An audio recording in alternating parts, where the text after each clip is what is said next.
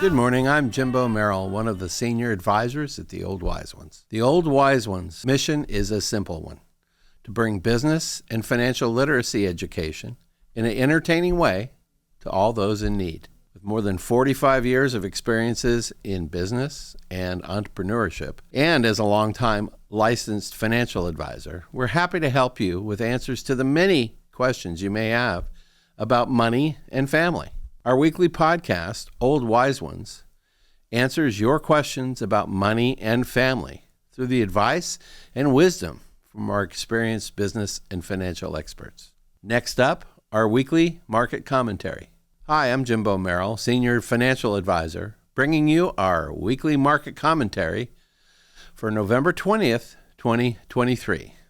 With this being the holiday-shortened week for the markets due to the Thanksgiving break, there are three key takeaways from last week's market data. Number one, the progress on inflation continues, with the economic data on prices continuing to be the right balance of not too hot, not too cold, helping stocks reach a 2-month high and placing the October correction in the rearview mirror. This chart shows great progress on the Fed's interest rate tightening program and the resulting drop in both core and headline CPI. Number two, growth is gently slowing, with the overall economic activity still expanding at a solid pace. There's some cooling in the labor market and a household consumption survey showing some fatigue. Jobless claims are also in the same bucket of data, coming in cooler but not too cold, indicating more of a soft landing on this current inflation cycle. We think last month's surge in interest rate makes it more likely than the Fed may be done raising interest rates. They very well may be done with raising of the rates. However, we do feel they will keep the rates elevated to be sure to finish their job of taming inflation.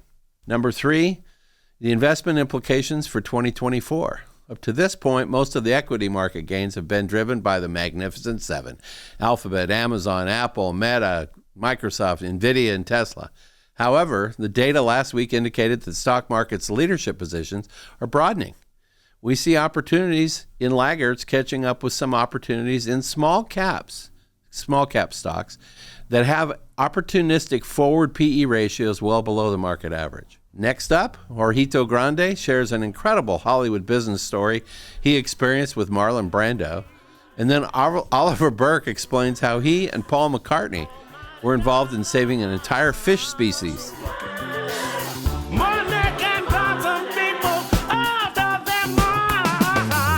We are the Old Wise Ones. We are here to entertain you and to share some wisdom on the subjects of money, family, sex, drugs, and rock and roll. Hi, I'm Larry Mondello, host of Old Wise Ones.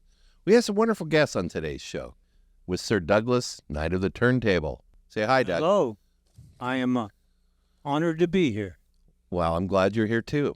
Also on the mics today, we have our 2,000-year-old man from down south, Tito. Hey, what's going on, you guys? I understand you're not 2,000. You're really only 1,642 years old. Yeah, but who's counting? You're an old soul. After 1,000, no one counts. That's right. That's right. We're also going to have some incredible inside Hollywood stories later from all kinds of people. Yeah. Do you want to know who it's from? No. No? It was going to be from you. Maybe Sir Douglas has got a way back Hollywood music story that he wants to share with anybody. Sure. I What went is to it? the Whiskey A Go-Go to hear Johnny Rivers. What year was this? 66, 67. Oh, okay. So we're in there. You were in there for 2 years? The drugs didn't even last that long. And we went in to see Johnny Rivers, who we all loved. Uh-huh. But the band that played there was a house band for maybe 6 to 8 months, Uh-huh. the Buffalo Springfield. They were a house band They were the someplace? house band at the Whiskey A Go-Go Mm-hmm. in just Florida. So we were just amazed at what a great band they were. 8 months later, this same group of guys I was with, called the Cindermen, Uh-huh. we went to Fresno to perform, and we opened for the Buffalo Springfield. Oh, wow. And that's my little Hollywood memory story. Well, I like it. That's a Yeah, nice it story. was a fun time. Now, we have Jorgito with us. CC. You have a checkered past in the entertainment business, but I'll bet you have some stories. So Marlon Brando is a family friend, and he calls me up on a Thursday and says, "Can you come up to my house tomorrow for dinner, just you and me?" I want to talk to you about a project that I'm planning. So I show up, and it's sure enough just the two of us. We have a little intimate dinner, and he says, I'm leaving on Monday to shoot a film in Toronto, and I want you to do this project while I'm away. It's going to be a variety show like Johnny Carson or something, and I will be the host, meaning Marlon. But my character is a British woman with huge tits.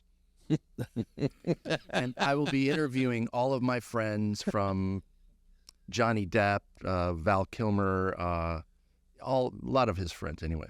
And everybody's going to work for free. We'll shoot it at my house. And he pulls out this little calculator, the tiniest, cheapest one.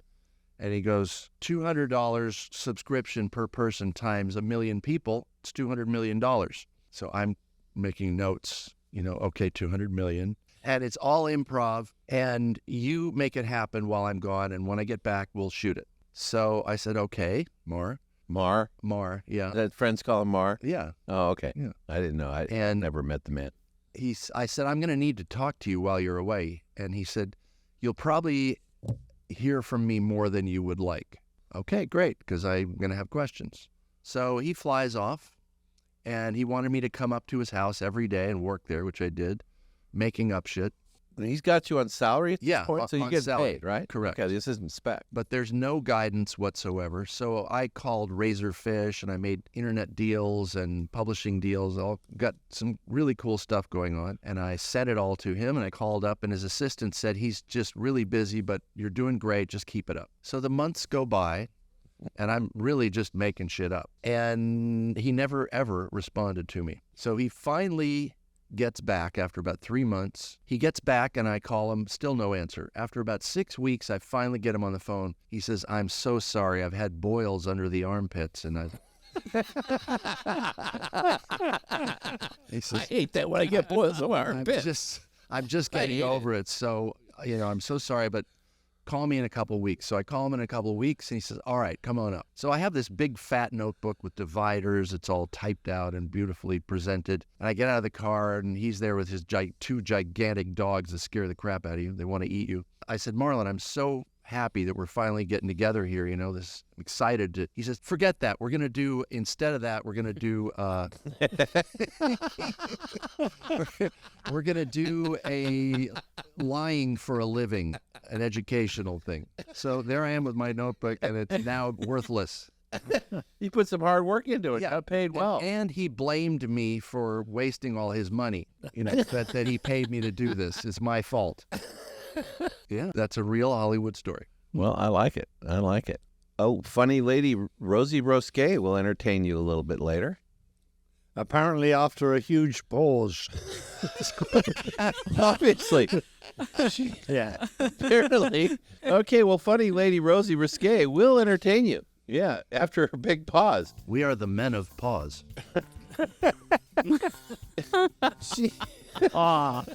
What play on words there. We're the men of pause. Don't repeat it, for God's sake. It was bad enough to... I just got it, guys. I'm sorry. I was just a little slow. Well, anyway, that should be enough for today. Thank you again for tuning in to another episode of Old Wise Ones. Make sure you look us up on Apple Music, Spotify, and all your favorite podcast platforms. Money